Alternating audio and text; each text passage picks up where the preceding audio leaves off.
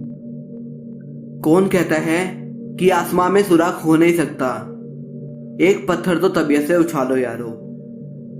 दोस्तों, आज की यह वीडियो एक ऐसे व्यक्ति को लेकर है जिसने विजुअली इम्पैक्ट होने के बावजूद भी बना दी 500 करोड़ से अधिक की कंपनी।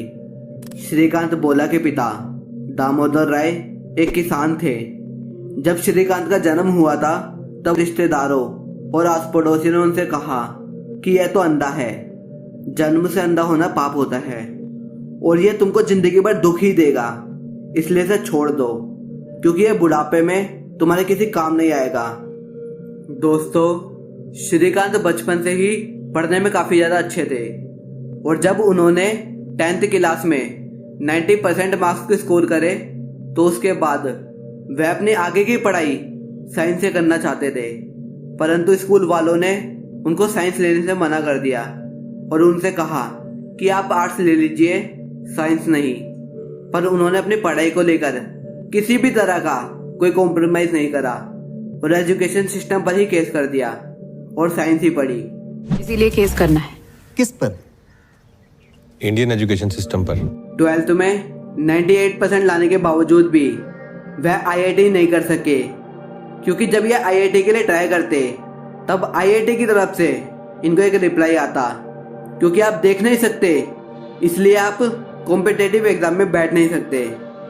इस बात को लेकर इनको बुरा तो बहुत लगा पर यह हताश नहीं हुए। फिर इन्होंने इंटरनेट पर बहुत सारे ऑप्शन ढूंढे जहाँ इन्हों के जैसे बच्चों को पढ़ने की सुविधा हो। फिर काफ़ी ऑप्शन ढूंढने के बाद इनको अमेरिका के MIT कॉलेज के बारे में पता चला और उन्होंने इनको पढ़ने के लिए स्कॉलरशिप ऑफर की। जब ये US के MIT कॉलेज में पढ़ाई कर रहे थे तो ये वहाँ हर बार टॉप करते जा रहे थे, जिसके चलते इन्हों के पास बड़े बड़े जॉब के ऑफर आ रहे थे। पर श्रीकांत बोला कुछ इनोवेटिव और भारत के 10% डिसेबल लोगों के लिए कुछ करना चाहते थे, जिससे वह क्लास की आखिरी सीट से उठकर आगे आ सके और अपने लिए कुछ कर सके।